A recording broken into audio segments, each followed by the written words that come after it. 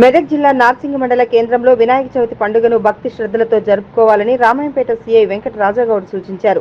మెదక్ జిల్లా నార్సింగి పోలీస్ స్టేషన్ను సీఐ వెంకట రాజాగౌడ్ శుక్రవారం ఆకస్మికంగా సందర్శించారు.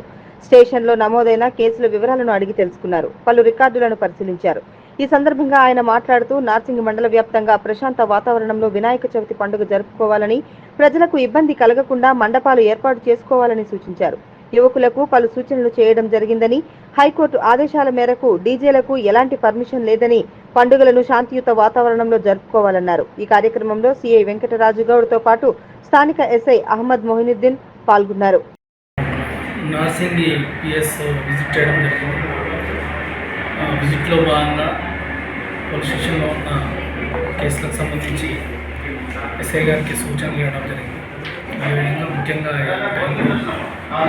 వినాయక చవితి ఫెస్టివల్ ఉంది కాబట్టి దీనికి సంబంధించి ఏ గ్రామంలో ఎన్ని వినాయకులు ఉన్నాయి, దరఖాస్తులు ఇన్ఫర్మేషన్ వచ్చిందనేది వెరిఫై చేయడం జరిగింది. అదేవిధంగా నార్సింగి గ్రామానికి సంబంధించిన యూత్ను కూడా పిలిపించి వాళ్ళకి అవేర్నెస్ కల్పించడం జరిగింది.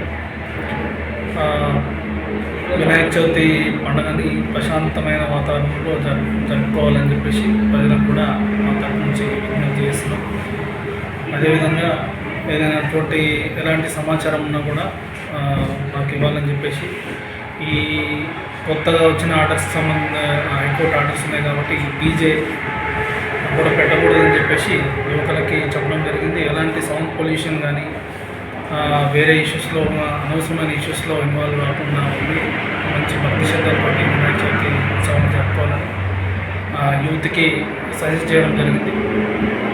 అదేవిధంగా మా ఎస్ఐ గారు కూడా అన్ని గ్రామాలు తిరిగి అందరికీ అవేర్నెస్ కల్పించాలని సూచనలు ఇవ్వడం జరిగింది.